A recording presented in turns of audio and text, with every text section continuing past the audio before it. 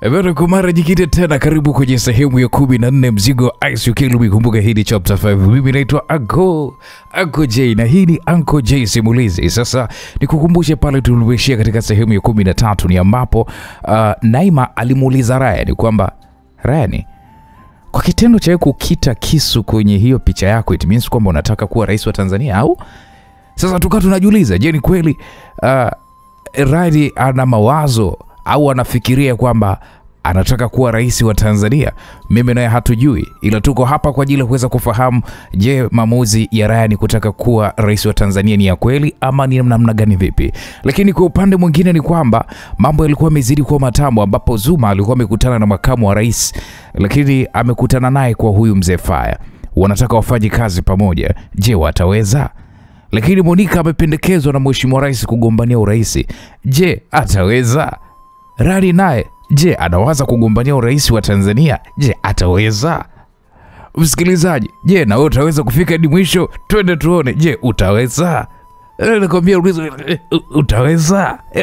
Karibu sehemu ya 14. Mbona kama unaonekana huko sawa Ryan? Kwa nini? Unaonekana tu uko sawa.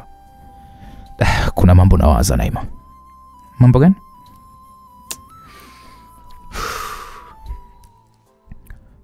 Nawaza taifa langu limejipangaje pale hawa maadui watakapoweza kurudi nchini kulipa kisasi.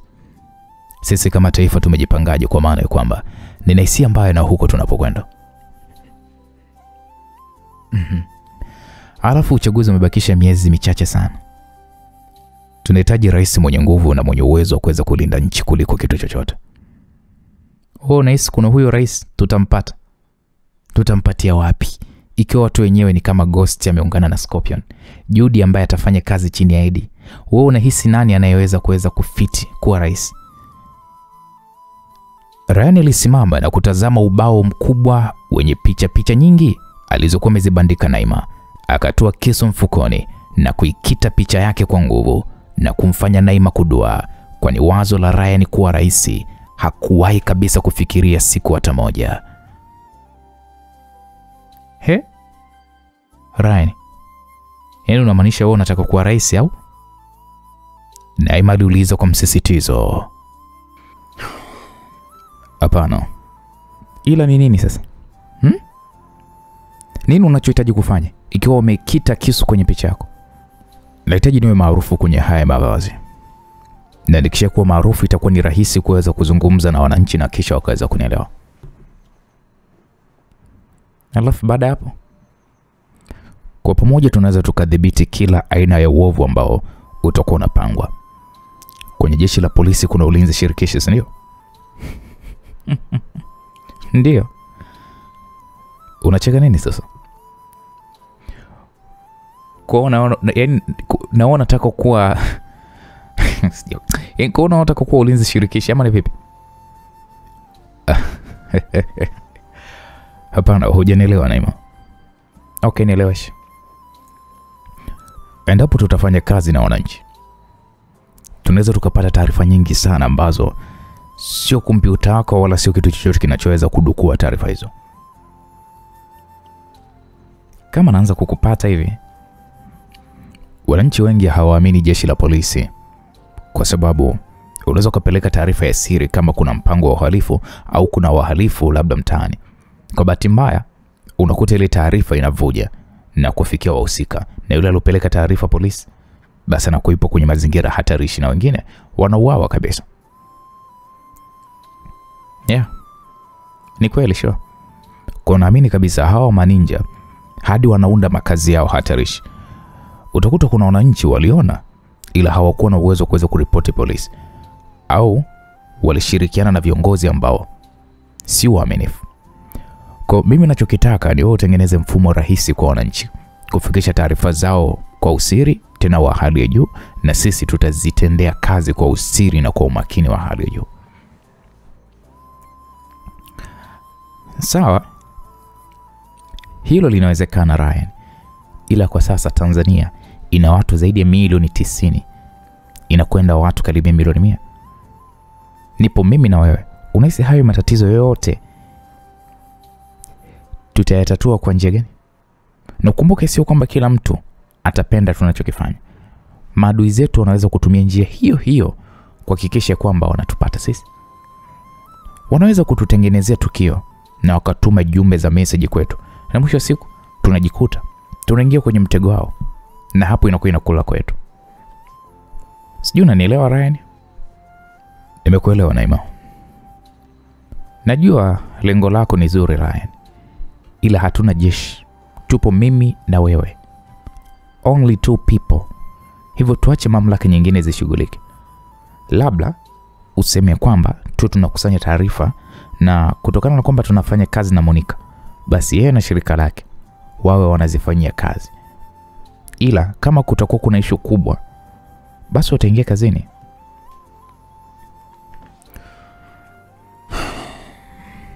Unajua hiyo ndio faida ya kuweza kufanya kazi watu wawili. Hapo fresh. Basi mimi nitaunda namba maalum ya simu ambayo itakuwa inapokea message kwa mfumo wa picha na pia SMS. Kwa wanaotumia simu za button watatuma message, na wanaotumia simu hizi za smartphone basi nao pia wataweza kutuma kwa WhatsApp au Telegram. Hapo nimekuelewa Naima. Na ukiangalia kusema lo kweli, vyombo vyetu vya ulinzi vimezorota sana ujue. Ni kweli. Naima, nahitaji kuweza kuirudisha hii gari kwa mhusika. Hiyo range? Yeah. Mimi nikajua ni yako. Hapana, ni demu wangu mmoja hivi anaitwa Vivian. Hivi inabidi niweze kumrejesha gari yake. Sasa si alikuwa anakujua kwa sura nyingine? Ndio, nitamueleza kilichotokea na atanielewa tu. Okay, sawa. Hakuna shaka. Kweli Ryan aliweza kujiandaa na kisha alianza safari kuelekea jijini Dar es Salaam. Haikuwa safari ndefu. Alifanikiwa kufika kwenye majengo ya Palm Village. Akatazama urefu wa ghorofa hizo. Akaipiga namba ya Vivian na kweli simu ilianza kuita. Hello? Vivian alizungumza kwa tahadhari. Niambie mke wangu. Wow. Ryan? Ndio mpenzi, upo wapi? Niko nyumbani. Unaweza kuja kwenye maegesho magari? We, usitaki kuniambia kwamba okay, nakuja mume wangu. Vivian alizungumza kwa furaha huku akitoka kwa haraka na kukimbilia kwenye lifti. Na baada ya kufika chini akatoka huku akiwa anakimbia. Aliliona gari lake, alilisogelea kwa hatua za haraka na kisha akaingia ndani. Macho yalimtoka Vivian, kwani aliyekuwa amemuita ni Ryan na aliyemkuta ndani ya gari sio Ryan. Ni mimi, wala usishangae. Ryan, hebu ngoja kwanza, mbona sura yako sio yako? Vivian alizungumza kwa msisitizo huku akimkazia macho Ryan. Una haki ya kujawa na wasiwasi. Ila kweli ni kwamba mimi ndio Ryan. Niambie mara ya kwanza kukuona ilikuwaje? Hapo Ryan alitabasamu huku akimtazama Vivian usoni mwake.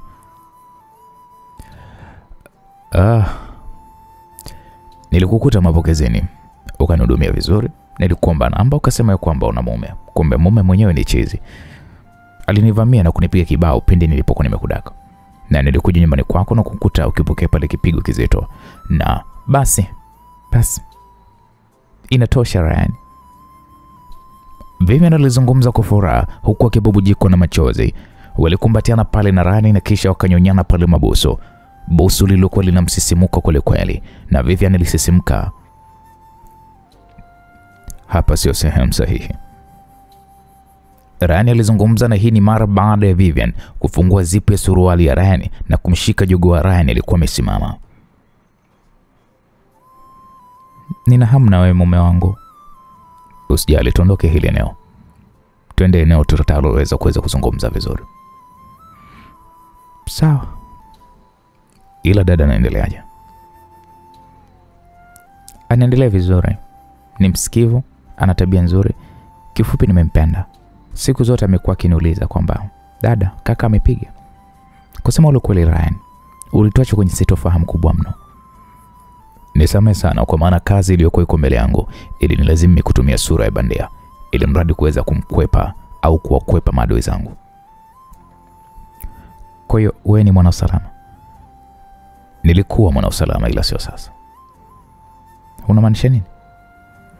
Vivian aliuliza kwa sauti ya upole huku Ryan akipunguza mwendo wa gari na kisha akasimama kwenye foleni.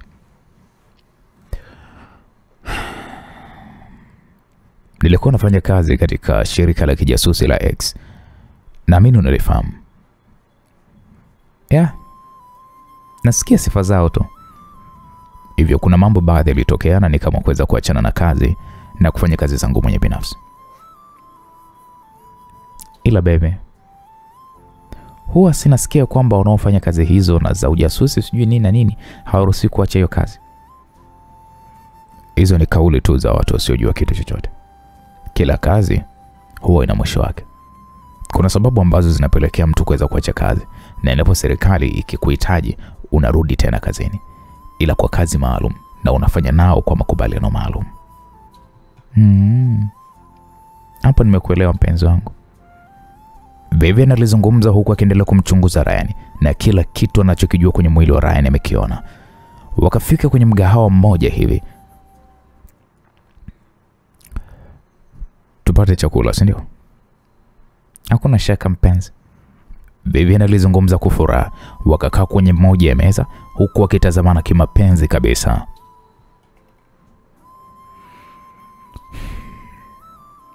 Baby, hutoniacha tena na kuwa mbali na mimi? Swali la Vivian likamfanya Ryan kwanza shusha pumzi taratibu.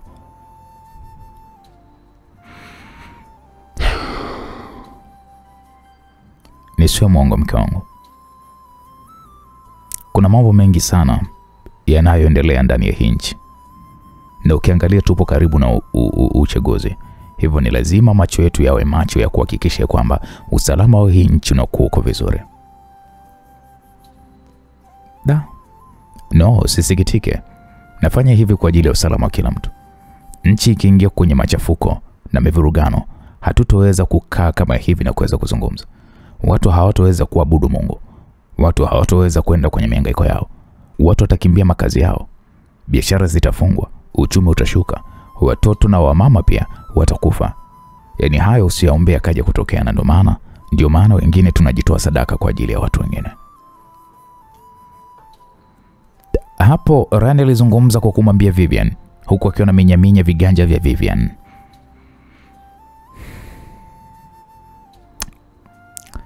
Nimekuelewa mume wangu.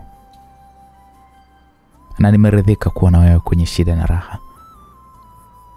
Nashukuru sana mpenzi. Basi kweli wakawekewa pale chakula walichokuwa wameagiza kula, na Vivian baada ya chakula hicho alinyanyuka kwa haraka na kisha akakimbilia toilet, jambo ambalo lilimfanya Ryan kumfuata kwa nyuma. Ryan alishindwa kuweza kuingia katika vyoo hivyo vya kike na alimsikia tu Vivian akicheua, na baada ya dakika kama 10 Vivian alitoka huku akiwa amechoka minyongonya mwili mzima. Ilibidi Ryan amuulize, baby vipi? Najisikia vibaya mume wangu. Ryan alimgusa Vivian shingoni mwake kwa kutumia kiganja. Inaonekana joto ni kali sana. Inaweza kuwa ni malaria. Ngoja nilipie tu na hospitali. Sawa baby. Vivian alitangulia kwenye gari na Ryan akalipia kile chakula na vinywaji walivyokuwa wametumia. Wakaondoka hilo eneo. Wakaenda hospitali ya karibu na eneo hilo, na baada ya kujiandikisha wakaonana na dokta na akakabidhiwa pale vipimo vya kupima, na kweli akapima. Unajisikiaje mke wangu? Ryan alizungumza huku akimtazama Vivian aliyekuwa amekilaza kichwa chake katika bega la mkono wa kulia. Kikweli na isikuchoka tu baby.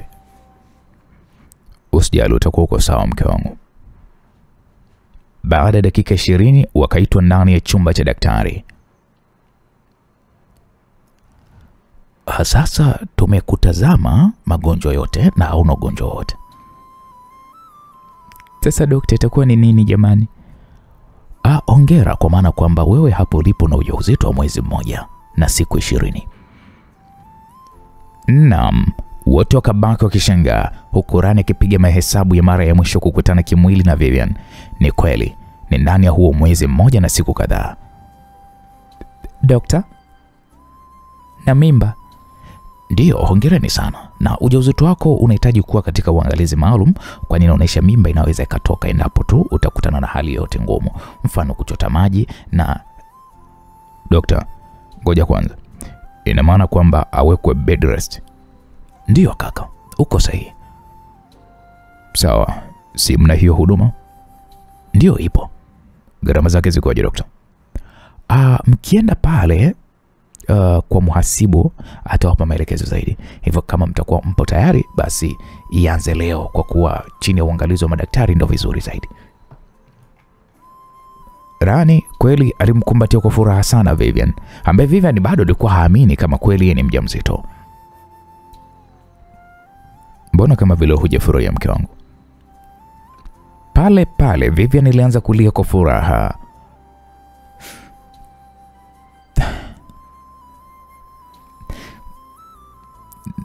Nilishawahi kukuambia kwamba sina uwezo kubeba ujauzito. Yaani siamini mume wangu. Mungu asante kwa hili.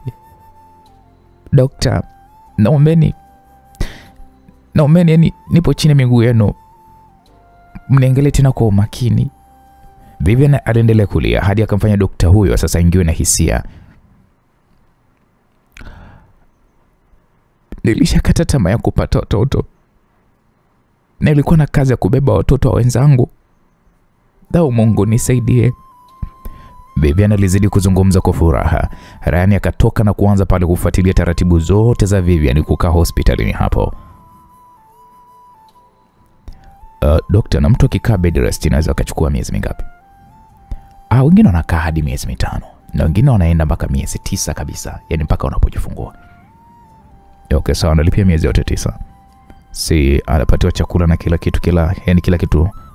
Huduma zote zipo kuanzia VIP, alafu kuna VVIP. Tofauti hapo ni nini? Hawa wa VIP kuna chumba cha wazazi wawili, yani kuna vitanda viwili, ila hiki VVIP anaishi peke yake na kitanda chake ni kikubwa. Kuna masofa, TV inchi 55 na anawekewa vingamuzi pale viwili vilivyolipiwa.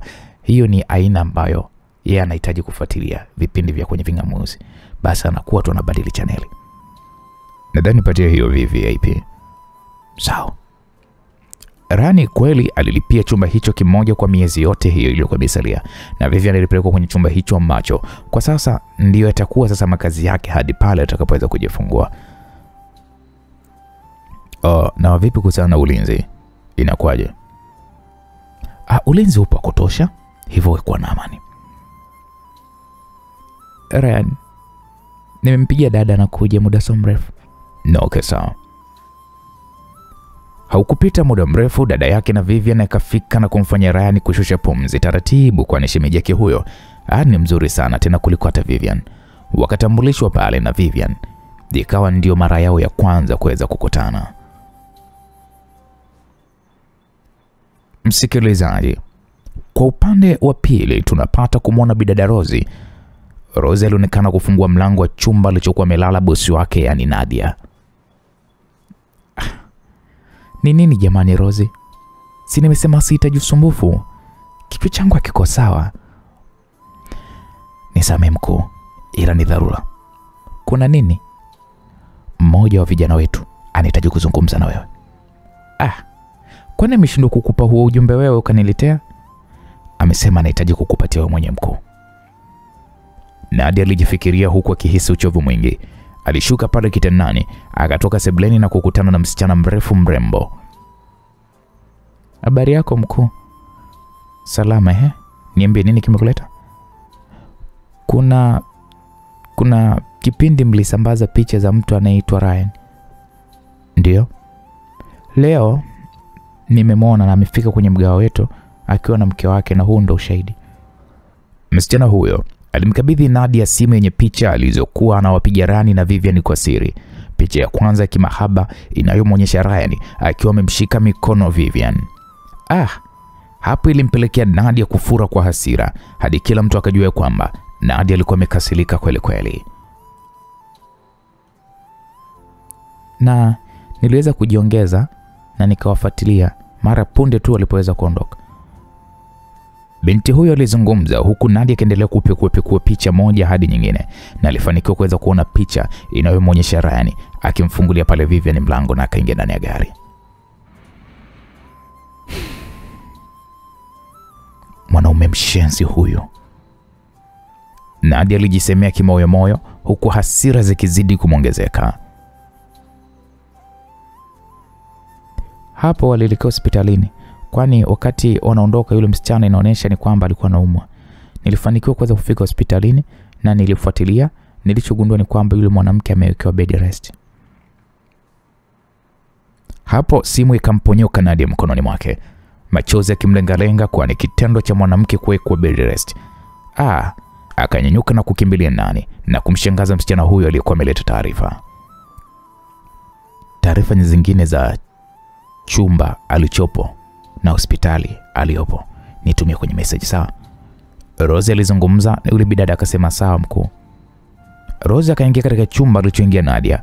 Alimkuta Nadia amejibwaga kitandani huku akilia kwa hasira iliyochanganyikana na uchungu na wivu.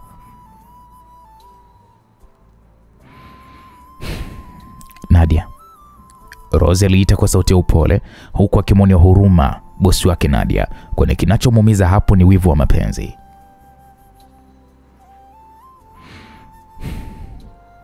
Ile gari si ndio ile alokuja kuweza kunichukua nayo Brian?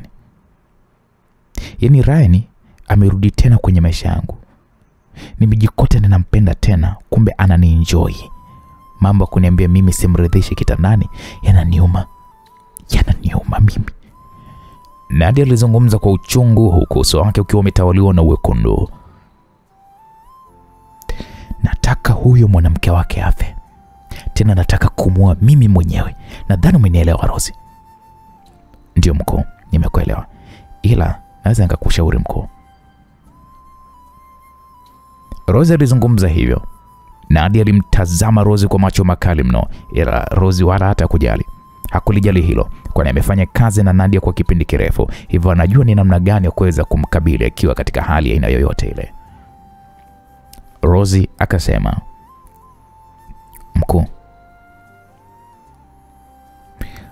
najua moyo wako namna ulivyojawa na majeraha ya wivu dhidi ya Ryan, ambaye kwa upande mwingine unamchukia, na lengo kuu ni kumwangamiza, si ndio?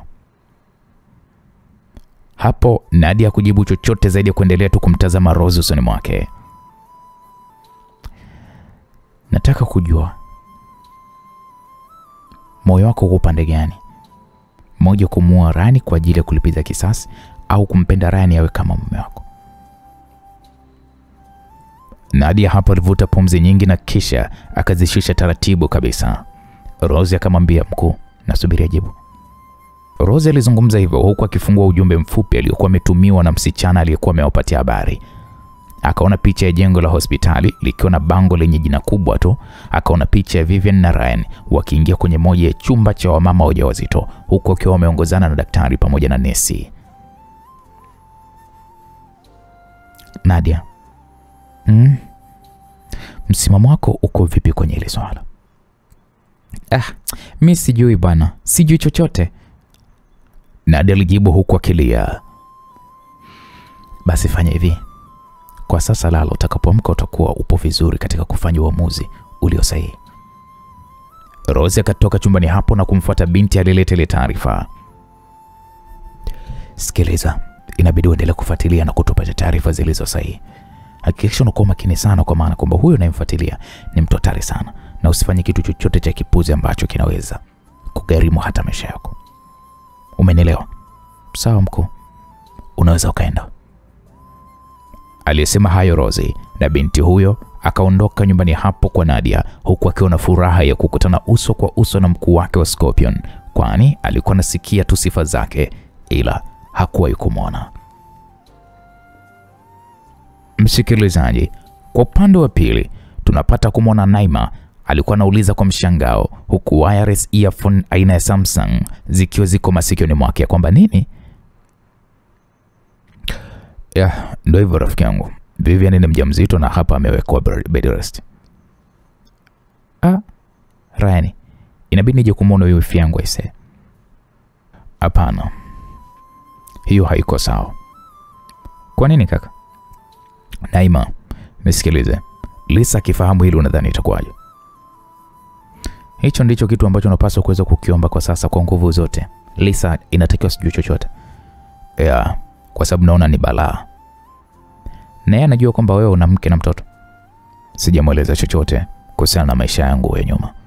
Yeye anajua mimi nampenda yeye tu na sina mwanamke mwingine yote. Ryan, na hali yake huyo mwanamke hapaswi kutambua basi. Maana yake atapata mshtuko na mimba inaweza ikachoropoka. Ndio hivyo. Labda tu ushauri. Kuwa makini sana Ryan. Unajua sura yako ilitolewa na Scorpion kama most wanted na dau kubwa lilitangazwa. Hivyo tambua kwamba hawakufuta lile tangazo. So bado unaendelea kutafutwa. Usijali Naima. Nipo makini. Rani alizungumza huku akitazama moja ya kamera iliyokuwa inammulika yeye kwa muda mrefu, kwani kamera za aina hiyo zina mtindo wa kuzunguka. Na kutumia jina la hospitali kwenye message, nahitaji hizi kamera za hapo zifanyie utundu. Okay, poa. Rani alikata simu na kumtumia Naima jina la hospitali hiyo, na kisha akarudi sasa chumba alichokuwa amelazwa Vivian. Aliwakuta pale Vivian pamoja na dada yake wakizungumza huku wakicheka mno. Shemeji, unajua nilikuwa na swali kidogo nahitaji kukuuliza. Ryan alizungumza huku akimtazama dada wa Vivian. Bila shaka shemeji yangu. Samani, lakini unajishughulisha na nini? Mimi na biashara kuuza vitenge. Mara nyingi naagiza kutoka Kongo kisha nauza hapa Dar es Salaam kwa njia ya mtandao. Mimi kidogo ni mtu mwenye mizunguko mingi, hivyo muda mwingi naweza nisiwe hapa hospitali. Ningeomba kama inawezekana basi muda wako mwingi ungeutumia kuwa na Vivian. Unajua kwamba tukimwacha peke yake na hali yake hiyo inaweza kuwa ni hatari. Naelewa shemeji, haina shida. Yaani hata usingeweza kuniambia mimi ningefanya hivyo, kwa maana kwamba mimi huyu ni mdogo wangu. Hivyo siwezi kumkwepa. Hili ni la kwangu shemeji. Nashukuru sana na nafurahi pia kusikia hivyo shemeji. Baby, njoni kunongoneza. Rani alimsogelea Vivian na kumuinamia alipokuwa amelala. Baby, nina hamu mwenzio nipo japo kimoja. We, na hiyo hali ulionayo? Ndio baby, kimoja tu. Vivian alizungumza huku akimpapasa Rani kwenye jogo wake na kumfanya dadake kutoka bila hata kuaga, kwa maana kwamba anaelewa kinachofuata. Rani hakuwa na namna zaidi ya kuanza kumshughulikia Vivian taratibu juu ya kitanda cha hospitali. Naam, msikilizaji. Kwa upande mwingine tunapata kumwona mzee Max akawa anaitazama simu yake aliyokuwa ameiweka mezani huku akiendelea kupata chakula cha usiku. Alinyanyuka na kisha akaipokea hiyo simu. Yes, hello. Max, rafiki yangu za masiku. Salama, habari ya wewe dokta? Namshukuru Mungu. Unajua nilisikia tu kwamba upo nchini ila sikuwa na uhakika, na hata hii namba yako ya Tanzania nimeipiga tu kwa kukubatisha. Nipo kaka. Habari za maendeleo vipi? Kwa kweli nisiwe mwongo. Unajua Mwenyezi Mungu ananisaidia. Naona familia inazidi kuongezeka ise. Unamaanisha nini dokta? Kijana wako kwani hajakueleza kwamba mke wake ni mjamzito? Hapo mzee Max akamtazama Ghost aliyekuwa anaendelea kupata hiko chakula. Dokta, hebu kuwa specific. Mimi na vijana wengi sana ndugu yangu. Labda mmoja wapo ni nani? Ni Ryan. Rani yuko hapo hospitalini kwangu toka majira ya saa 10. Mke wake ni mjamzito na tumemweka bed rest. Unafahamu kwamba vijana hawa wana mambo mengi, wala hata hawajanishirikisha hilo. Basi ndo ujue bana, ila tu usinitaje na itakuwa ni vyema akikufikishia taarifa yeye mwenyewe. Ila nakupa hongera sana mzee Max, kijana wako bwana anajua kuchagua watoto wazuri bwana. Dokta, mimi nashukuru. Unaweza kunitumia japo picha zake huyo binti? Haina shida, nakutumia. Na itapendeza ukija kuwaona basi. Tuonane ndugu yangu, tubadilishane mawazo mawili matatu. Sawa kaka, mimi nashukuru bwana kwa hii taarifa.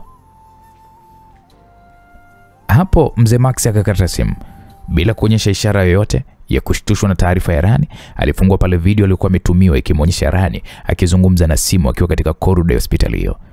Alishusha pumzi taratibu, alimaliza pale kula. Bwana Ghost, nisikilize, na kwenda kuonana na daktari mmoja hivi, ni rafiki yangu. Sawa ndugu yangu, lakini kuwa tu makini. Wala hata usijali kwenye hilo. Mzee Maxi akaelekea pale chumbani kwake na kisha akabadilisha nguo. Alivaa kofia duara na shati, kisha akaondoka nyumbani hapo akiwa yuko na dereva wake pekee tu. Hebu zima hiyo GPRS. Sawa mkuu. Dereva alitii alichokuwa ameagizwa na mzee Max, kwani sio mara ya kwanza kwa mzee Max kufanya hivyo pale anapokuwa na safari zake za siri, kwani gari zote za Ghost zina GPRS ambayo inawezesha gari hizo kuweza kufuatiliwa popote zinapokwenda na vijana wao IT. Wakafika kwenye jengo refu la ghorofa 10 la hospitali aliyokuwa amelazwa Vivian. Mzee Max akaiweka vizuri mioni yake ya macho na kisha akafunua pale kidogo suruali mguu wa kushoto, akaangalia bastola yake ndogo. Akamwambia dereva wake, nisubiri hapa nakuja. Sawa mkuu. Mzee Maxi alishuka ndani ya gari na akaingia katika mlango mkubwa wa hospitali hiyo huko kioko makini. Akaingia pale ndani ya lifti, akapanda hadi ghorofa ya 8 ambapo ndipo alipokuwa amelazwa Vivian. Akaona mlango wa chumba alichokuwa amelazwa Vivian, huku kwa nje kukiwa kuna viti maalum ya kupumzikia. Akakaa kwenye moja ya kiti huku akikunja nne. Akatoa simu yake na kuitazama video aliyokuwa ametumiwa.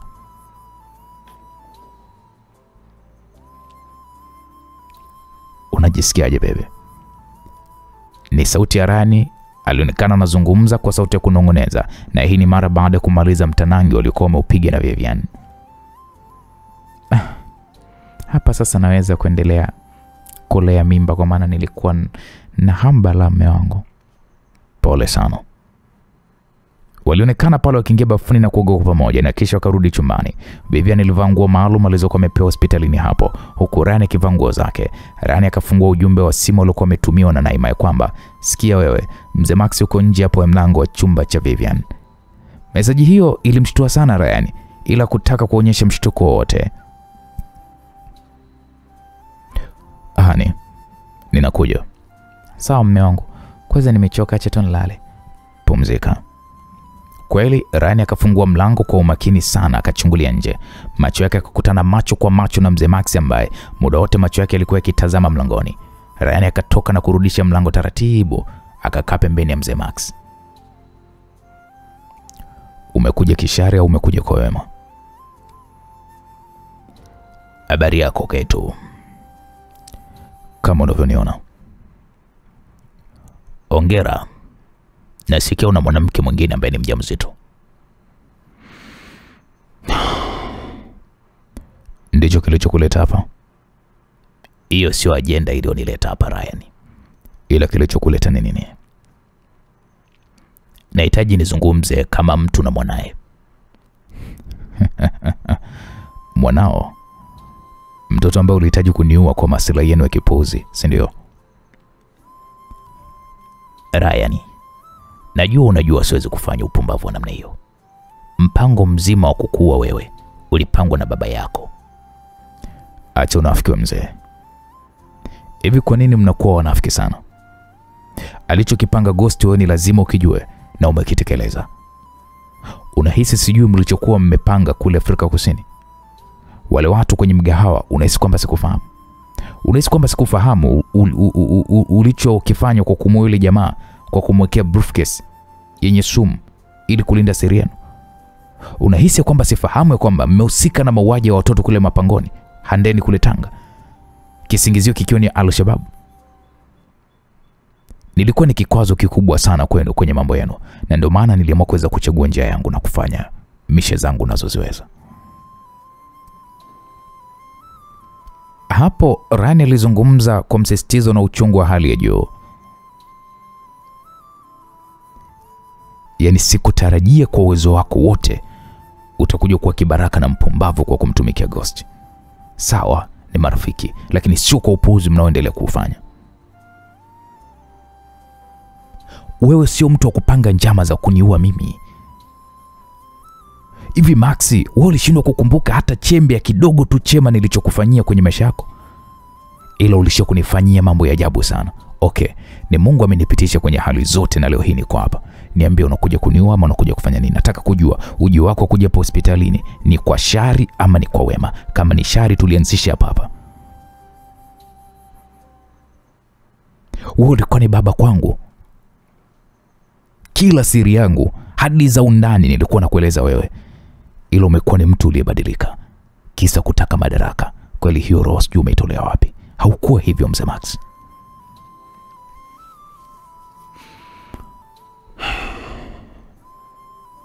Ryan, natambua kwamba nimefanya kosa, ila nahitaji kuweza kusahihisha makosa yangu niliyoyafanya. Uwezi kusahihisha makosa yako ikiwa ukitumwa kufanya kitu unakwenda kufanya bila hata kujifikiria. Umeumiza moyo wangu. Umeumiza moyo wa Naima ambaye alijitoa kufanya kila alichokiweza ili mambo yenu yaende, ila mwisho wa siku mlitaka kumtoa sadaka kwa Scorpion ili kunikamata mimi. Hivi hiyo ni akili kweli eti Max? Ryan, sio mimi. Ni nani sasa kama sio wewe? Ni baba yako ndiye aliyetoa maamuzi hayo, na mimi sikupendezeshwa na hayo maamuzi ya baba yako. Sasa nisikilize Max, najua mzee amekutuma uje kuniua, si ndio? Hapana. Ila ni nini? Kama nilivyokuambia, nimekuja kukuomba msamaha, na ili niweke mambo yangu sawa nahitaji kupata msamaha wako.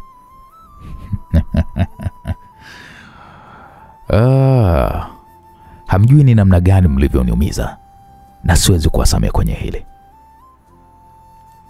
Ryan, ninakuhitaji. Bado ninakuhitaji. Kumbuka mimi ndio mtu pekee ambaye tulipita kwenye shida na raha. Nilikuwa niko tayari hata kuhatarisha maisha yangu ili mradi kukuokoa wewe kwenye kile chumba cha sumu. Yote nimefanya hivyo kama mwanangu. Oh. Kwa hiyo hayo ndio utetezi wako wa ujinga uliweza kufanya, si ndio? Ryan, unataka nifanye nini ili unisamehe na nirudi kwenye maisha yangu? Mzee Max alizungumza kwa sauti ya masikitiko inayoonyesha anajutia kwa aliyoyafanya, na hiyo imekuwa ni bahati kubwa sana kwake kukutana na Ryan na kuzungumza naye. Nisikilize. Kitu ambacho unaweza kukifanya na nikakusamehe ni wewe kumuua Ghost. Kwani yeye ndiye aliyeingia kwenye maisha yetu na kusababisha hii chuki iwe hivi baina yangu mimi, wewe na Naima. Sasa kazi ni kwako. Muue Ghost, turudi kwenye ushirikiano na wewe. Na kwa chochote utakachoweza kukihitaji, tutakifanya kuhakikisha kwamba unakuwa uko rais. Maneno ya Ryan yalimfanya mzee Max kwanza shie pumzi nyingi, huku akimtazama Ryan kwa macho ya mshangao, kwani jukumu alilopewa ni gumu kuliko majukumu yote aliyowahi kuyafanya kwenye maisha yake.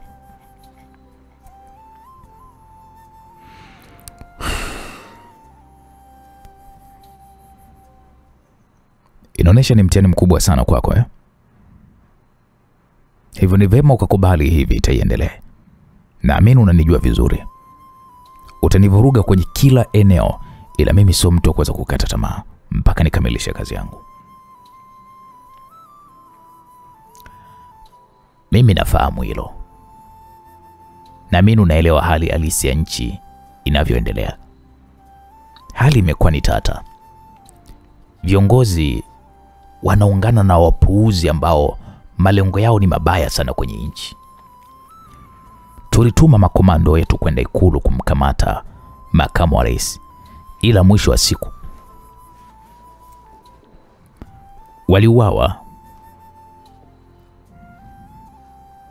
Hilo mimi nalijua, na sio tu kujua tu, nililiona pia.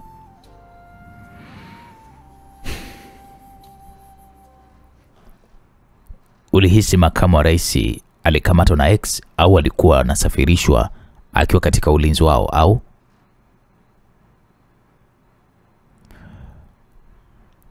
Niliua walinzi wote wa Ikulu waliokuwa wanamlinda makamu wa rais, na nilimkabidhisha kwa Monica na vijana wake, ila mwisho wa siku alipotelea mikononi mwao. Ryan alizungumza huku akimtazama mzee Max aliyeshusha pumzi taratibu. Ukimya pale wa dakika kadhaa ukapita, huku mzee Max akiendelea kujutia kwa nini aliamua kufanya makosa ya kuwapoteza vijana wake wawili aliowaamini sana kutokana na makosa yaliyosababishwa na Ghost.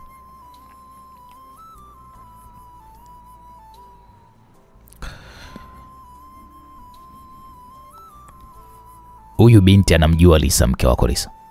Hapana, mjui.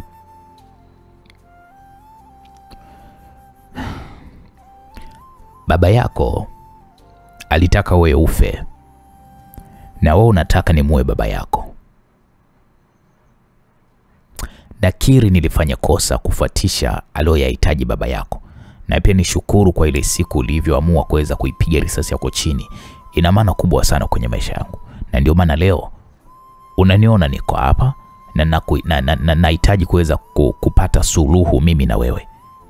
Mimi nitajitoa kwenye mipango ya baba yako na nitarudi nchini Ujerumani kuishi maisha yangu ya kawaida kama mstaafu, kwani toka kifo cha mke wangu sijapata muda mzuri wa kupumzika. Hivi Maxi, unahisi kwamba Ghost atakuacha ukiwa kwa hai ukiamua kumkatisha mipango yake? Unataka kumkatisha mipango yake siku chache kabla kuanza kwa kampeni? Unadhani atakuacha? Unajua Ryan, uzuri ni kwamba masuala yote ya usalama katika taasisi za Ghost mimi ndiye naeziongoza. Hivyo hata kama akiniwinda nitajua tu namna ya kuweza kumkwepa.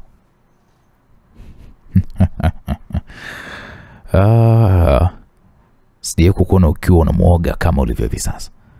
Ni kuzeeka au ni vipi? Hebu nisikilize mzee Max. Mimi na wewe tulishakula kiapo cha kuilinda hii nchi kwa gharama yoyote, hata wewe wetu. Tulitumika kwenye kazi hatari nyingi mno kupita maelezo kwa ajili ya hii nchi. Ghost siku zote anaishi kama jina lake linavyosema, mzimu.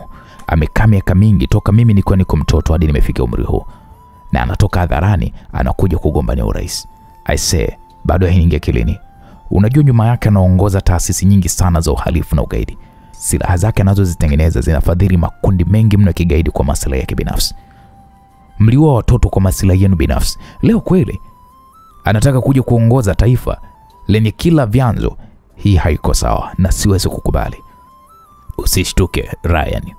Upande wako wa kushoto kuna binti anatupiga picha na anaonekana ni mpelelezi. Ryan akajiweka vizuri na kisha katazama upande huo wa kushoto kwa jicho la kuibia, jicho la kipelelezi, na kwa bahati nzuri alimuona huyo msichana na kwa haraka akakumbuka alishawahi kumuona kwenye mgawa. Uwepo wangu hapa inaonesha ni hatari. Usijali, nitadili naye. Ryan, naam. Naamini nitakalo kuuliza kidogo ni swali la ajabu, ila napenda nikuulize. Ndio, nakusikiliza. Unaniamini?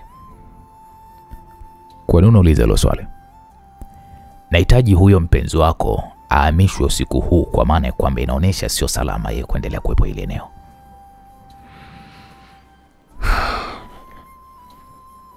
Tambua kwamba sitoweza kukudhuru Ryan. Na kama ningehitaji ufe ungekufa kwenye kile chumba cha sumu. Niamini kwenye hili. Na baada ya huyu nitakwambia hapo baadaye swala la Lisa. Lisa amefanya nini? Wewe niamini kwanza saizi. Muhamishe huyu binti aliyekuwepo hapa kwenye hospitali. Okay, sawa. Ila kuweni uangalifu. Huyu binti yuko na dadake. Mimi nitawapeleka kwenye chumba salama na kisha baada ya hapo atapata matibabu yote ya umuhimu. Na okay, sawa. Usiwe mbali Ryan. Hakuna shaka. Mzee Maxi aliweka kofia yake vizuri na kuondoka. Ryan alisimama na kupiga hatua hadi alipokuwa ile binti aliyekuwa anamfuatilia. Hey, Ana. Naona umwa, si ndio? Mimi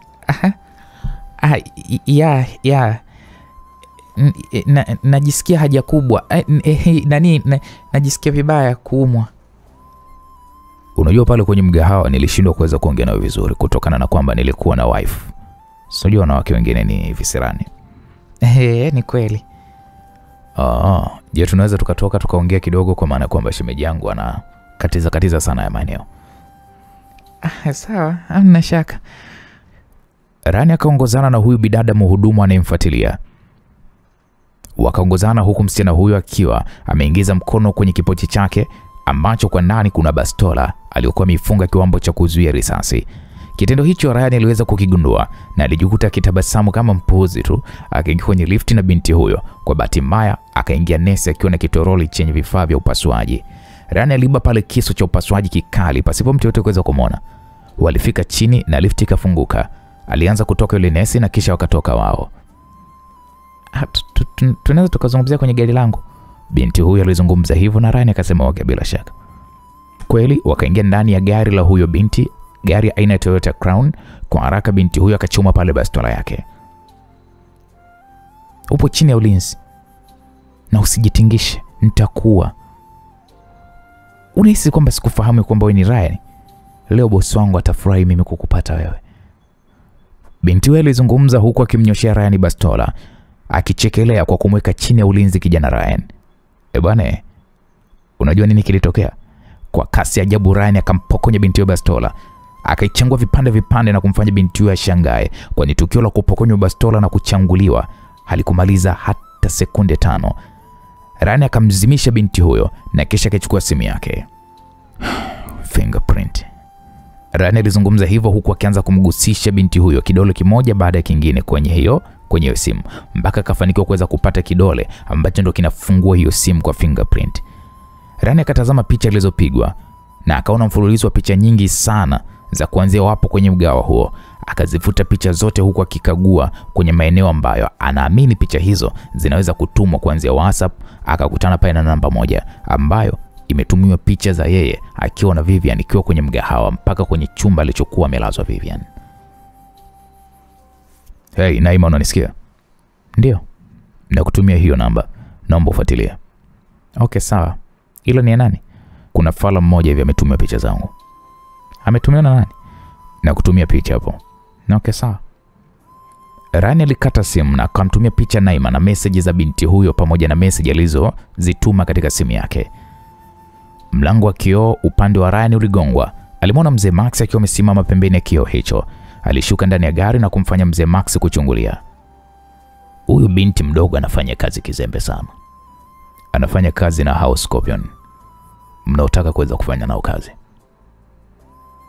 Kwa hiyo huyo binti atazinduka hapo baada ya muda gani? Kama nusu saa. Sasa Ryan, njoo nikuoneshe. Ryan aliongozana na mzee Max hadi kwenye eneo zinaposimama gari za wagonjwa. Huyu ndio shemeji yako. Ryan alimwona dada wa Vivian akiwa amelala kwenye kitanda kilichomo ndani ya gari hiyo huku akiwa amezima. Ryan akasema ndio, ni yeye shemeji yangu huyo. Mke wako naye analetwa muda usio mrefu. Anaondoka na hiyo gari.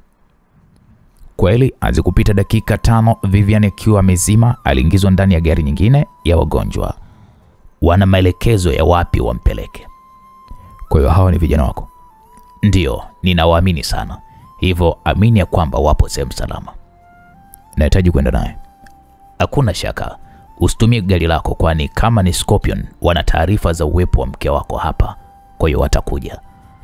Okay, sawa. Kweli msikilizaji, Rani akaelekea kwenye gari ya binti aliyemteka, akamhamishia siti ya pembeni. Aliwasha gari na akaanza kuongozana na gari hizo za wagonjwa zilizokuwa zimeanza kuelekea nje ya mji wa Dar es Salaam. Ryan akampiga sehemu nyingine binti huyo na kumfanya zidi kuzima kwa muda mrefu. Walifika Pangani kwenye nyumba ya ghorofa 1 na ilikuwa imejengwa pembezoni mwa bahari. Nyumba yangu hii nilijenga kipindi niko serikalini. Na huo ninakaa hapa nikiwa niko na mawazo mengi na mtu aliyekuwa anaifahamu hii ni marehemu mke wangu. Kwa nini unafanya haya yote mzee Max? Nahitaji kukuonesha kwamba mimi sina tatizo na wewe Ryan. Na tatizo ni baba yako, sio mimi. Kwa hiyo wewe unataka kujitoa kwenye dhambi zake, si ndio? Swadakta, uko sahihi Ryan. Ila sidhani kwamba baba yako ni mtu mbaya kama unavyomchukulia. Kwenye maisha siku zote Ryan, watu kupishana ni kitu cha kawaida. Nisikilize Max, usitake kumtetea katika mazingira ya aina yoyote ile. Usitake kumtengenezea mazingira ya mimi nimsamehe. Simtengenezee mazingira, ila nakushauri tu. Ryan alimtazama mzee Max kwa sekunde kadhaa. Nisikilize Ryan. Wazazi kuwakosea watoto kwenye maisha ya sasa hivi ni jambo la kawaida. Najua. Na kuna makosa yanayoeleweka na mengine yanavuka mstari. Hebu jaribu kuvuta picha kama ile siku ningekuwa nimekufa kwenye ule mgao. Sasa hivi ungekuwa unazungumza na nani? Au unataka kudikera sasa hivi? Najitambua na ninaelewa nani mzuri na nani mbaya. Na kama ningekuwa najua wewe ni mbaya, usingekuwa hapa. Ningekuwa nimeshakuwa kwa muda mrefu sana. Ila kwa nini unaendelea kuwa hai hadi sasa hivi? Ni kwa sababu nina historia na wewe. Na nimepima wema na uovu wako. So usijaribu kumzungumzia Ghost hapa na usijaribu kumtetea kwa chochote kile, kwa sababu utabadilisha hali ya hewa muda so mrefu. Hapo Ryan alizungumza kwa hasira na kwa msisitizo. Aliingia kwenye chumba kilichokuwa ameingizwa Vivian. Alimtazama jinsi alivyolala kwenye kitanda cha kifahari. Huyu hapa anaitwa Nesi Agnes. Ndio atamshughulikia kwa kipindi chote, huku daktari maalum atakuwa anamtembelea mara kwa mara na atakupatia ripoti ya afya yake. Mzee Max alizungumza kwa kimtazama Vivian. Dawa mliochoma watazinduka baada muda gani? Zimebaki dakika 50 hadi wazinduke mkuu. Nesi huyo alijibu hivyo, na ndipo Mzee Max akaitikia okay sawa. Mzee Max na Ryan wakatoka ndani ya chumba hicho. Kuna walinzi 10 watakuwa wanalinda ile eneo. Wana uwezo mkubwa sana, hivyo mke wako yuko kwenye mazingira salama. Mzee Max alizungumza hivyo huku akikumbuka namna alivyokuwa ameitupa simu ya msichana huyo kipindi walipokuwa hapo njiani kabla hata ya kutoka mkoa wa Dar es Salaam. Sina kazi na yule binti, naweza kuondoka naye. Ila alikuwa anakupeleleza wewe Ryan. Ndio, ila bado ni mdogo na hana mafunzo yaliweza kunishawishi mimi nikamua. Hivyo kama utojali, ondoka naye. Si atakuwa amezinduka? Hapana, nilimpa moja kubwa tu, hivyo kuzinduka ni mpaka kesho. Sawa. Nitakwenda kumpa brainwash kisha nitaachana naye. Hakuna shaka. Mpatie salamu Naima. Ngoja kwanza, nimekumbuka. Ulisema kwamba kuna vitu utaweza kunieleza kuhusiana na Lisa. Ndio. Ni vyema kaniambia hivi sasa. Unajua Ryan, baba yako anamtumia Lisa kama ngao kwako. Na anajitahidi sana kutembea naye kwenye kampeni zako. Hivyo kuwa naye makini. Na msisitize kwa usalama wa ujauzito wake. Kama utashindwa kumua Ghost, nitamua mimi mwenyewe, kwa maana ya kwamba mtoto wa nyoka ni nyoka tu. Mzee Max alimtazama Ryan kwa sekunde kadhaa na kisha akampiga begani mwake na kisha akaelekea kwenye gari lake, huku akitoa kauli kwa mlinzi wake mwingine aliyekuwa ameendesha gari ya binti aliyokuwa ametekwa na Ryan. Wakaondoka katika jumba hilo. Ryan akakagua jumba zima na hapakuwa na kamera ya siri, na ipo sehemu ambayo ilikuwa imetulia kwa kiasi kikubwa, na upepo wa bahari ndio uliokuwa unavuma eneo hilo na kuifanya hewa ya eneo hilo kuwa nzuri kweli kweli, tofauti na maeneo mengine ya Dar es Salaam yenye msongamano mkubwa wa watu. Naam, msikilizaji, kwa upande wa pili tunapata kumwona bidada Nadia. Nadia bwana alikurupuka kwa haraka kitandani. Alitazama saa yake mkononi, ilikuwa inaonyesha ni majira ya saa 11 alfajiri. Alitoka chumbani kwake na akamgongea Rozi chumbani kwake, akamwambia, "Amka Rozi, amka." Mkuu. Rozi alikuwa anazungumza huku akimtazama Nadia kwa macho yaliyojaa usingizi. Nadia akasema, "Jiandae, twende hospitali. Yule Dems alikupa maelekezo?" "Ndio mkuu, hadi chumba chake." "Okay, sawa, fanya faster, twende." Rozi na Nadia ilibidi wajiandae kwa haraka na kuelekea hospitalini. Hapakuwa na muda wa kupepesa macho, na moja kwa moja wakaelekea hadi katika chumba walichokuwa wametumia picha yake. Akaanza kuingia Rozi ndani ya hiko chumba huku akifuatia Nadia. "Mbona kweupe?" Nadia aliuliza huku akirudisha kiunoni bastola yake iliyokuwa ameichomoa. "Na kwenye simu yake hapatikani." Rose alizungumza huku akishusha simu yake chini. Ghafla alisikia mlango ukifungwa kwa nje, kitendo kilichomfanya Rose kuwahi pale mlangoni na akajaribu kufungua, akakuta tayari ukiwa umefungwa kwa nje. Simu ya Rose ilianza kuita kwa private number. Huu ni mtego mkuu. Hebu pokea hiyo simu. Rose alipokea na kuweka loudspeaker. Rose na Nadia, kabla hatujaendelea, mmoja wenu ainame chini ya kitanda achungulie. Ilikuwa ni sauti nzito ilisikika na kumfanya Rose kuinama kwa haraka kuangalia chini ya kitanda. Aliona bomu lililokuwa limetegwa na kumfanya Rose ashushe pumzi nyingi, huku kijasho kikianza kummwagika, kwani endapo bomu hilo litalipuka, si yeye wala Nadia watakaweza kubaki kuwa hai ndani ya hiko chumba. Naamini umeliona hilo bomu. Sasa Nadia kusikia hivyo ilibidi iname chini kwa haraka. Alitazama chini naye kweli akaliona hilo bomu. Mumemtuma mtu kuweza kumfuatilia Ryan pamoja na mke wake, mkidhani ya kwamba Ryan yuko peke yake. Sasa niwaambie kitu kimoja tu, kaeni mbali na Ryan pamoja na mke wake, la sivyo mtakufa. Hili ni onyo kwenu la mwisho, mnaweza mkaondoka. Pale pale simu ikakatika na wakasikia lock ya mlango huo uliokuwa unatumia umeme ukitolewa. Wakatoka ndani hapo huku akiwa wamejawa na wasiwasi mwingi mno. Wakatoka ndani ya hospitali hiyo na kisha waliingia ndani ya gari lao na kuondoka, huku Naima aliyekuwa ametegesha bomu hilo chini ya kitanda na kuwasubiria wakina Nadia, wakiamini kabisa kwamba watafika hospitalini hapo. Akiwa amekaa ndani ya gari huku akiwa ameshika iPad ambayo ndio ilikuwa inaratibu mfumo mzima wa kamera za hospitalini hapo na ndani ya chumba walichokuwa wameingia Nadia pamoja na Rosie.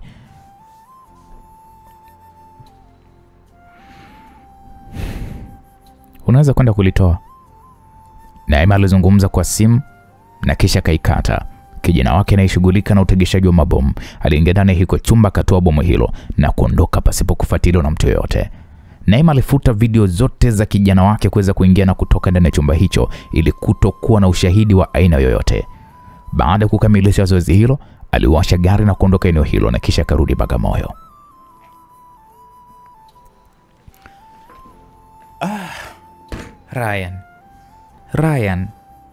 Ryan. Nadia alizungumza kwa hasira huku akikunja ngumi. Hivi anajiona nani? Haki ya Mungu, nitamkomesha. Hanijui mimi vizuri yule. Yeye ni kuniwekea mimi mtego wa kipumbavu namna hii. Nadia alizidi kuzungumza huku Rose akiwa anaendesha gari. Yaani operation ya kwanza hivi sasa ni kuhakikisha kwamba tunamwinda Ryan na kujua anafanya kazi na nani. Itakuwa ni jambo zuri mkuu endapo kama tutazungumza na babake, kwa maana ya kwamba yeye anaweza kutupatia njia kuweza kumfikia mtoto wake. Baba yake? Ndio. Hebu geuza gari tuelekee kwa baba yake huyo Ghost. Sawa mkuu. Kweli msikilizaji, hawakuchukua muda mrefu walifika katika geti la nyumba ya mzee Ghost. Baada ya walinzi kuwasiliana pale na mzee Max aliyomo ndani, wakaruhusiwa kuweza kuingia ndani ya jumba hilo. Miss Nadia, habari za asubuhi. Mzee Max alizungumza huku akipiana mikono na Nadia. Nashukuru. Poleni sana kwa kuvamia. Nimewavamia asubuhi yote hii. Hakuna shaka, karibu sana. Tunahitaji kuzungumza na Ghost au nyinyi nyote wawili kwa pamoja kama hamtojali. Okay, basi hakuna shaka. Acha niandae mazingira, mnaweza mkaketi hapo. Na je, mnahitaji kufungua kinywa, chai au kahawa? Hapana, tuko vizuri. Okay, sawa. Mzee Max akaelekea chumbani kwa Ghost, akamweleza juu wa Nadia. Ghost alishangaa. Asubuhi yote hii? Ghost aliuliza huku akiwa ameshikwa na mshangao. Ndio, wapo sebuleni. Haujui kama tunaishi kwa ratiba, wanakujaje hivi? Ni vyema tukawasikiliza, si unajua kwamba ni washirika wetu. Wapuuzi tu. Vijana wetu wamekufa, wamekaa kimya, hawajaongea chochote, hawajafanya chochote. Washirika wetu kwenye nini sasa? Wanatupa msaada gani wao? Ningependa hilo usilizungumzia kwao, kwa maana ni kujishusha hadhi. Yani tuonekana sisi yani kama vile sisi wali wa chini, na ndio maana imekuwa rahisi kuuawa na wale maninja, hususan ukizungumza kwamba walikuwa na makomando tulioamini. Okay, sawa, nimekuelewa. Ghost kweli alishuka kitandani huku akiwa amejawa na uchovu, kwani alikuwa amechelewa sana kulala hiyo siku. Basi mimi utanikuta ofisini. Sawa, hakuna shaka. Mzee Maxi alirudi sebleni, akaongozana na Nadia pamoja na Rozi mpaka ofisini.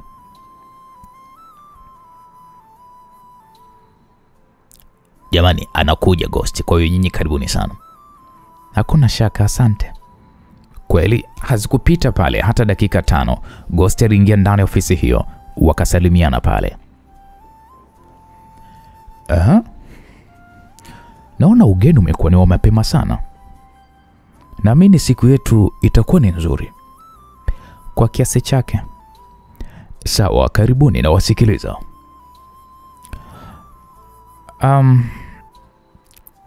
Kwanza ningependa kuomba radhi kwa kuja hapa bila taarifa. Lakini jambo la pili, nahitaji kuzungumza kuhusiana na kijana wenu Ryan. Ghost alimtazama mzee Max na kisha akamtazama Nadia.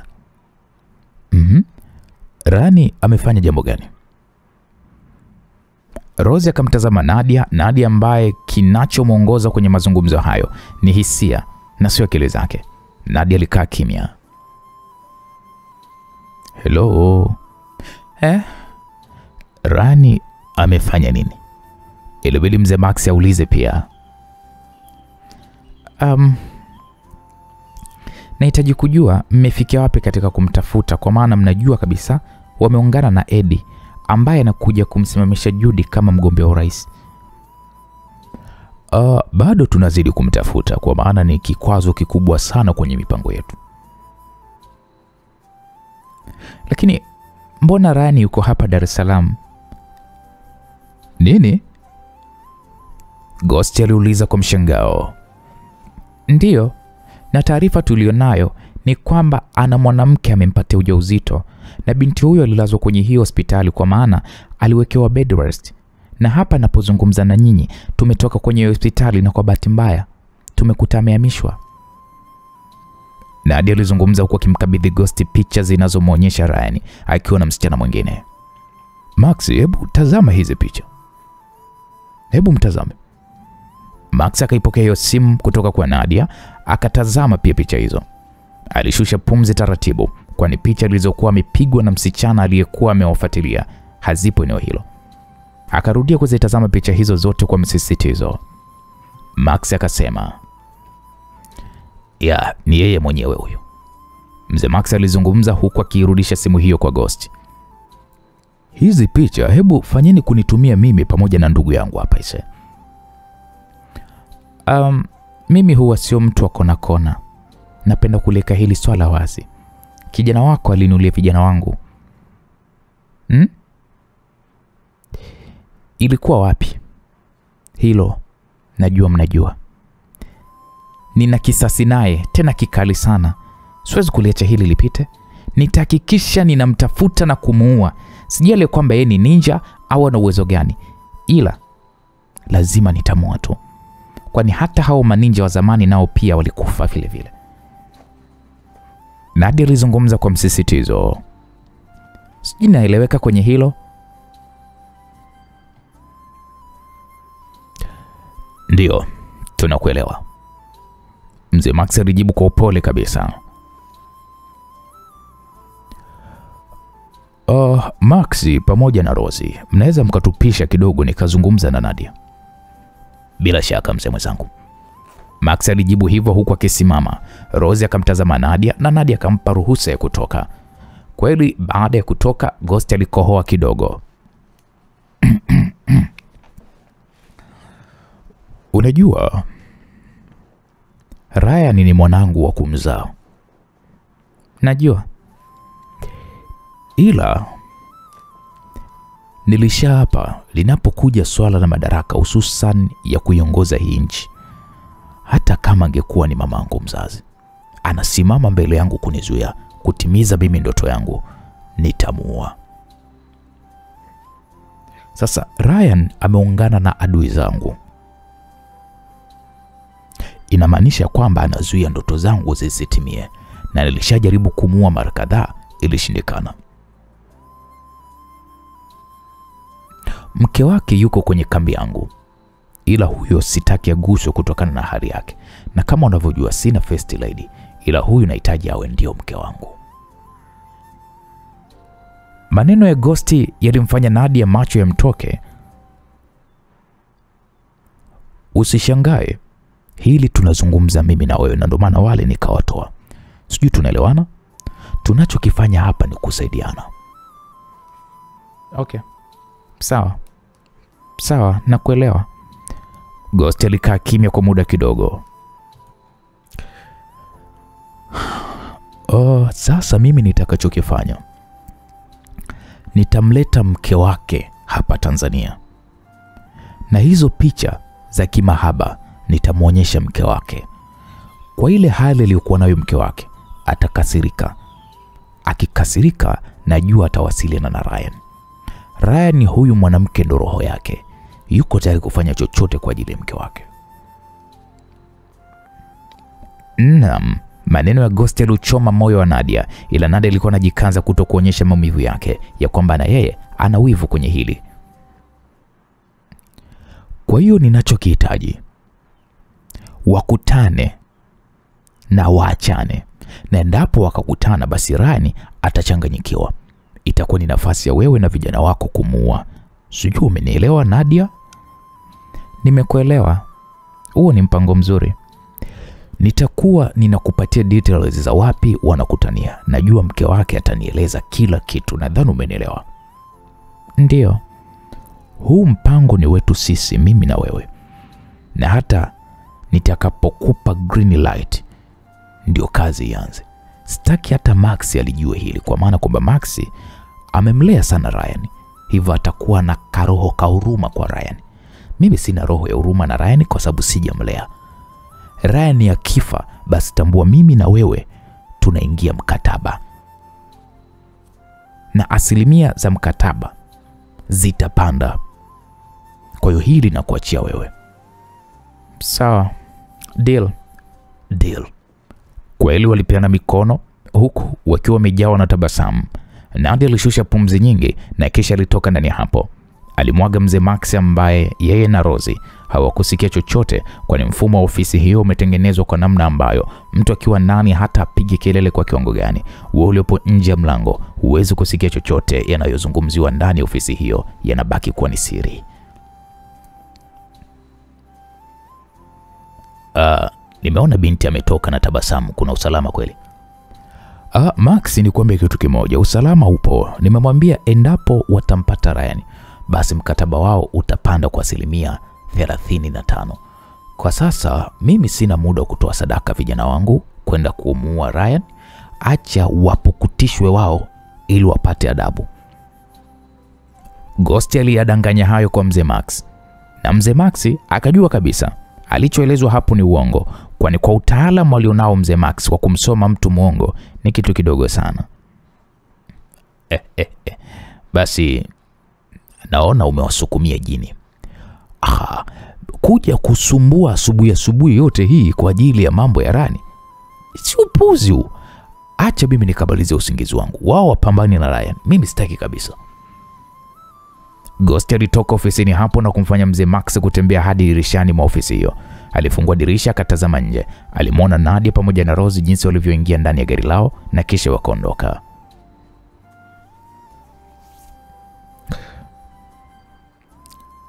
Rosie, kwa mpango huu Ryan hachomoi, lazima afe. Nadia alizungumza kwa furaha na kumfanya Rosie amtazame pasipo kuuliza chochote, kwani anamjua bosi wake huyo ni mtu wa kigeugeu. Naam, msikilizaji, kwa upande wa pili tunapata kumwona Ryan Ryan alijikuta kicheka tu, na hii ni mara baada ya kumaliza kuitazama video aliyokuwa ametumiwa katika simu yake na Naima. Akampigia simu Naima akapokea. Naima, umewachemsha. Wewe acha tu. Wametoka mbio ndani ya kile chumba. Yaani kama vile wezi wa juice supermarket. Naima, inabidi ifikie tu siku tuje tuwapige moja kubwa ili wajijue kwamba hao ni watoto wadogo na huu muziki wanaochezea ni wa level nyingine. Nisikilize Ryan, yaani kama hawatosikia, yaani kama na hilo hawatosikia, basi watakuwa sikio la kufa, na chochote ambacho kitakwenda kuwatokea huko mbele ya safari wasitulaumu. Umeona Yeah, ndicho kitakachowapata. Itakuwa ni mwana kulitafuta. Vipi, wamezinduka hao? Nahisi hivyo, kwa maana kwamba nipo kwenye fukwe, nimejipumzisha na tafakari mambo ya mbeleni. Okay, sawa Ryan, siku 2 hizi wewe pumzika naye, uangalie hali yake na umueleweshe hali halisi ya usalama, kwa maana kwamba ni sawa na kulala ndani na asubuhi unajikuta uko nje. Usijali, nimekuelewa. Poa, acha mimi nilale, kwa maana kwamba hao wapuzi wamenishindisha sana macho usiku kucha, sijalala nikiwasubiri wao. Ndezi kweli wale. Okay, poa mshikaji wangu, uwe na siku njema. Nawe pia Ryan. Ryan alikata simu, akajajuka kwenye eneo alilokuwa amejilaza kwenye ufuku wa bahari, akaelekea ilipokuwa nyumba ya mzee Max. Akaingia chumbani na kumwona pale Vivian amekaa kitandani huku akizungumza na Nesi. Hani, nimekuaje, mbona niko hapa? Usijali dada, unaweza kutupisha tu. Sawa. Nesi huyo akatoka chumbani hapo na akapishana na dada wa Vivian pale mlangoni.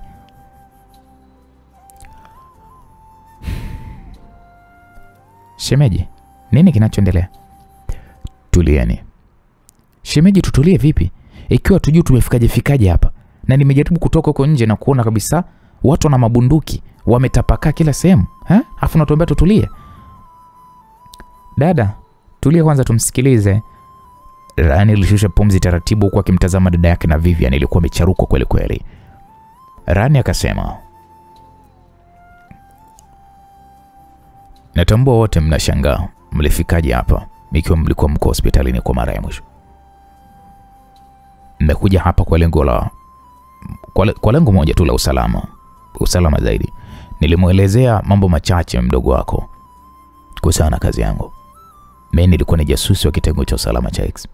Nilipokuwa hospitalini kuna watu walikuwa wanatufuatilia toka tupo kwenye mgahawa, na endapo ningechelewa kidogo tu kuondoa pale hospitalini, basi sasa hivi tungekuwa tunazungumzia kuzimu. Shemeji, sijakuelewa mimi. Dada yake na Vivian alizungumza huku akihema kwa jazba. Na mimi shemeji, nimeongea Kiswahili fasaha ambacho sijaweka neno hata moja la Kiingereza.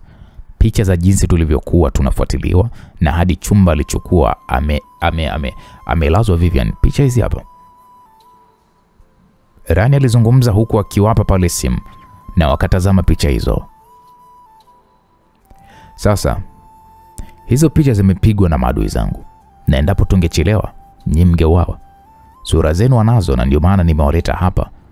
Mpo katika eneo salama, na niwaambie jambo moja tu, hamtopaswa kutoka nje eneo hili, kwani kufanya hivyo ni kuhatarisha maisha yangu na yenu pia. Nadhani tunaelewana. Rani aliwauliza kwa msisitizo na kufanya Vivian kutingisha kichwa huku wakiwa katika hali ya wasiwasi na uoga. Nesi akaingia ndani hapo na kumfanya Rani asitishe kuzungumza.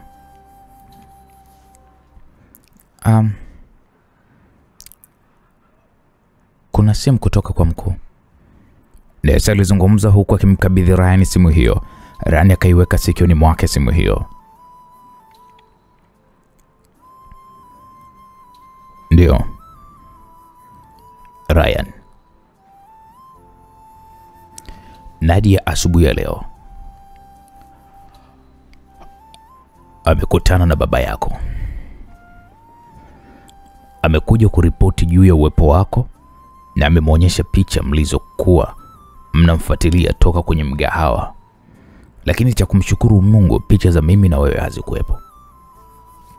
Walipata wasawa kuongea wao wenyewe, na Nadia amepewa ruhusa ya kukusaka.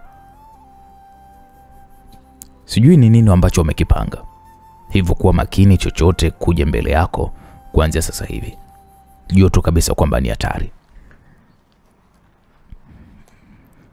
Hapo Ryan alimtazama kwanza Vivian pamoja na dada yake ambao nao pia walikuwa wanamtazama kwa msisitizo.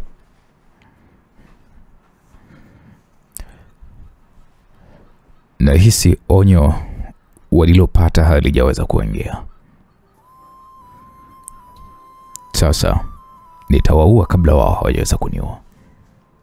Ryan alizungumza kwa msisitizo na kisha kakata simu hiyo na kumfanya Vivian na dada yake macho kuwatoka kwa mshangao, kwani maneno ya Ryan yalikuwa yanazidi kuwapa kizunguzungu. Ryan akageuka na kumfanya dada yake na Vivian kuitoa mikono yake kiunoni na kisha akasimama sawa. Shemeji, mtakuwa hapa na mtapatiwa huduma zote na huyo nesi. Kama swala la chakula cha mke wangu, kila kitu kimeshajitosheleza. Sijui tunaelewana? Ndio. Mke wangu nina kazi inabidi niweze kuishughulikia.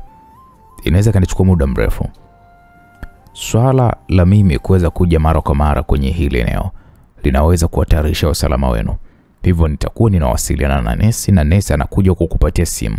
Na nesi ndiye mtu pekee mwenye simu eneo hili. Sawa mme wangu. Rani alianza pale kuondoka kuelekea mlangoni.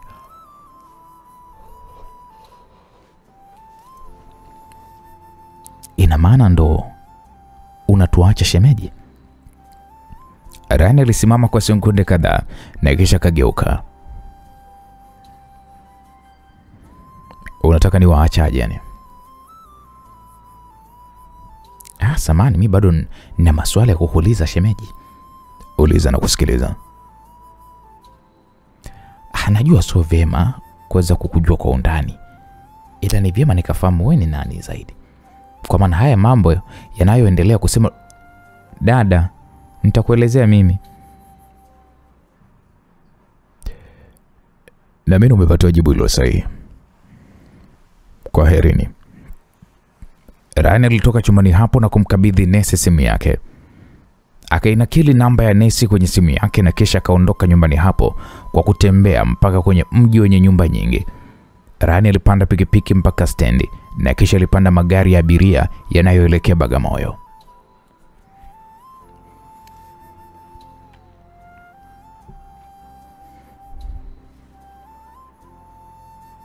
Tanzania? Ndiyo mwanangu. Njoo kidogo kwa maana ya kwamba matembezi ya siku 2-3 tu. Na safari hii njoo peke yako. Wala usimsumbue mtu yoyote kwa maana kwamba nahitaji iwe ni surprise. Sawa baba. Hakuna shaka. Na vipi kuhusu Cleopatra? Cleopatra usijali. Ataangaliwa vizuri kwa maana ya kwamba atakuja na ndege binafsi. Okay. Sawa baba. Utaongozana na daktari wako huyo wa kike, si unajua hali yako. Sawa baba. Kila kitu nimeshawaeleza vijana na ulinzi wako utaweza kuimarishwa, kwa hiyo usiwe na shaka yoyote. Sawa baba. Haya mwanangu, mimi nikutakia safari njema. Asante baba. Ghosti alikata simu huku akimtazama mlinzi wake namba 1 ambaye anamwamini kupita walinzi wake wote. Na amekuwa naye kwa miaka zaidi ya 18 kwenye jukumu hilo la kuweza kumlinda. Maandalizi ya kwenda kumpokea mkwe wangu yaandaliwe. Nahitaji gari za kifahari 6 ndizo zitumike. Na mimi mwenyewe nitakuwepo kwenye huo msafara. Sawa mkuu. Ghost alitoa ishara ya mlinzi wake huyo kuweza kuondoka ofisini hapo. Kabla ya kuweza kufika mlangoni, alimuita pale. Sikiliza, hili swala sihitaji Max aweze kulifahamu. Sawa mkuu. Mlinzi akatoka na kumfanya Ghost kutabasamu kwa furaha, kwani mpango wake anaendelea kusuka taratibu.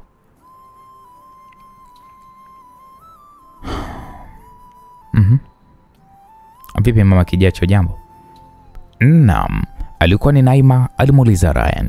Ryan akasema nimemwacha yuko poa kabisa na dada yake. Rani alizungumza huku akijibwaga kwenye sofa.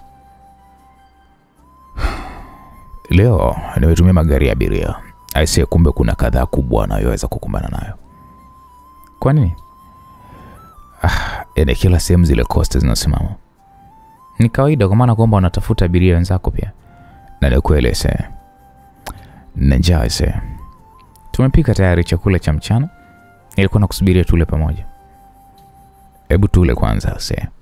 Nitaoga baadaye japo najihisi kuweza kunuka jasho. Umetembea?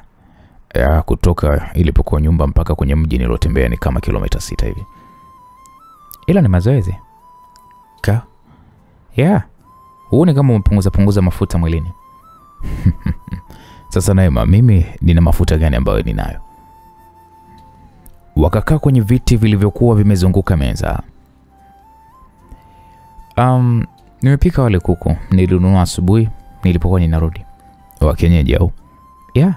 Aisee Naima, kama ingekuwa sio hizi nginja ambazo tunazipitia, na mimi mume wako angefurahi sana kuwa na wewe. Kwa nini? Si kwa mapishi haya. Yaani hapa ni harufu tu, ila najihisi kushiba. Acha zako wewe. Pakua chakula ule huko. Bwana, kuna mpya gani lakini? Yote kawaida, hakuna jipya la kuzungumzia.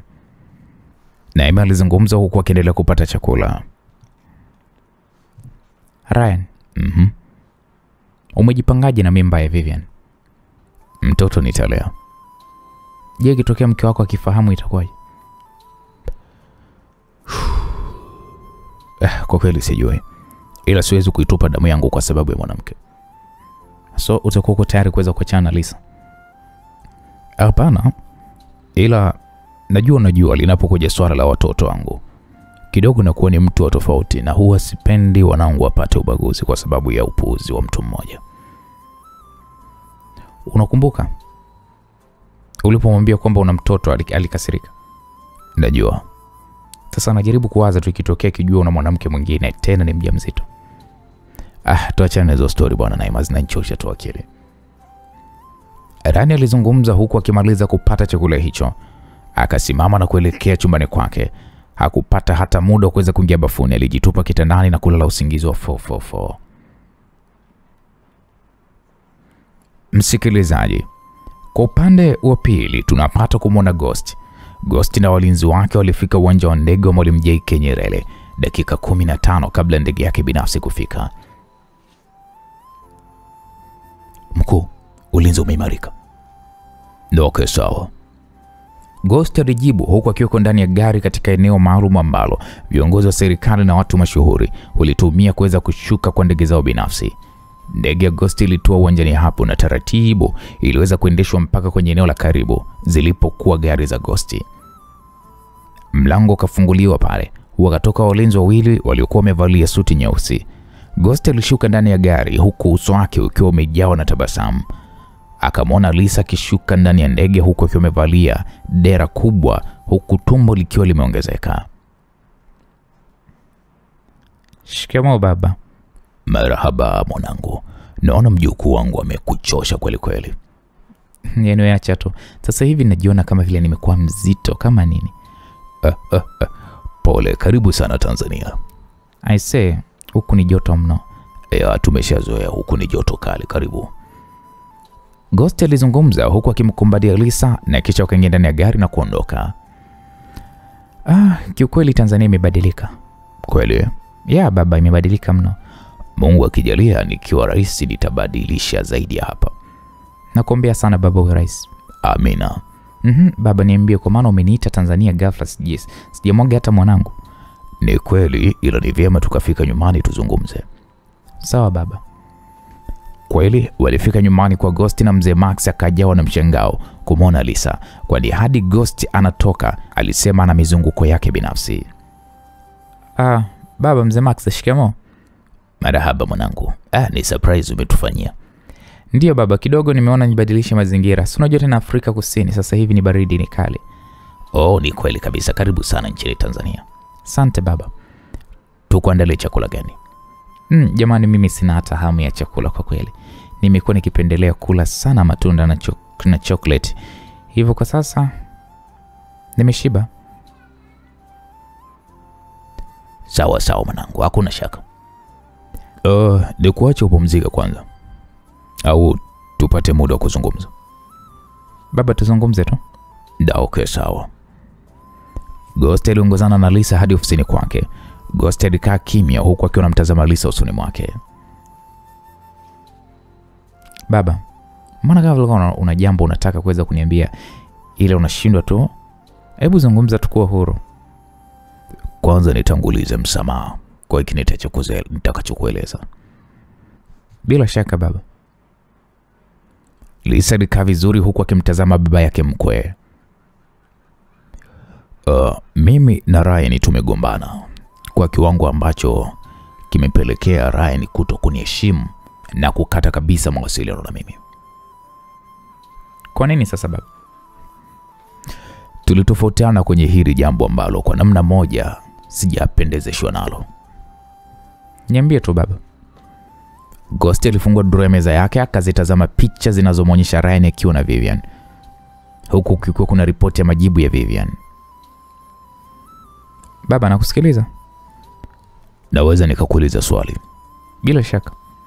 Endapo kugundua kwamba Ryan anakusaliti, nini utakifanya? Hapo Lisa alishusha pumzi nyingi huku jasho likianza kummwagika usoni mwake. Baba, mimi na huyo sana na mume wangu. Hata aliponieleza kwamba ana mtoto ambaye ni Cleopatra nilijisi vibaya mno. Sasa mwanamke, si ndo nikisikia nitaua mtu mimi? Lisa alizungumza kwa jasho likimmwagika. Kama ana mwanamke mwingine baba, naomba uniambie nimsake huyo mpuzi nimuue.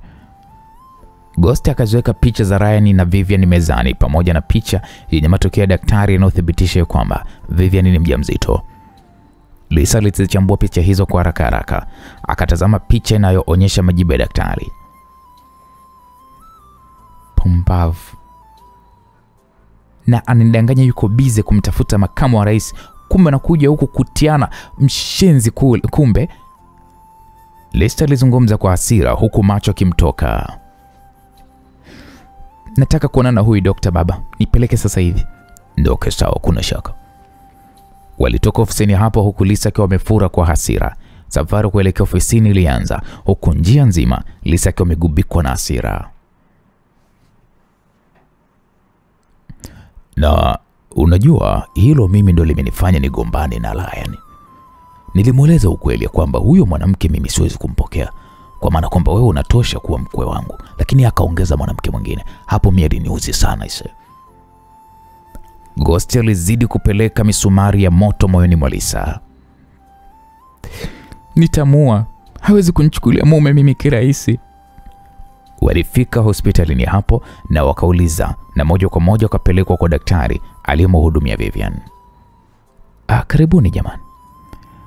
Salama tu dokta. Habari yako wewe? Salama tu. Shikamoo mzee. Marahaba. Mama Kijacho, karibu keti. Sina muda huo. Naamini haya majibu ni ya kwako dokta. Lisa alizungumza kwa kimkabidhi dokta huyo picha. Dokta akatazama akasema ndio, ni majibu ya mgonjwa wangu. Kwa hiyo huyu ni mjamzito? Kabla kuendelea ningependa kufahamu majibu haya umeyatolea wapi? Kwa maana majibu ya mgonjwa huwa yanabaki kuwa siri kati yangu mimi na mgonjwa. Baba, naomba bastora kwa maana naona sasa huyu anachoniongelea hapa lugha yake sielewi. Ghost alitokwa na macho kwa jinsi Lisa alivyojawa na hasira. Alipata mpaka kigugumizi cha kumjibu. Lisa akaona Ghost kama vile anamchelewesha, akamfunua shati lilikuwa amevaa kiunoni, akachoma bastola hiyo na kisha akamnyosha daktari. Akamwambia dokta, nijibu kabla sija kumwaga ubongo sasa hivi. Huyo malaya anaitwa Vivian ni mjamzito ama sio mjamzito? Ni mjamzito. Amelazwa wapi kwa maana kwamba mmemwandikia bed rest? Alilazwa hapa hospitalini ila akatoroshwa na hatujui yuko wapi.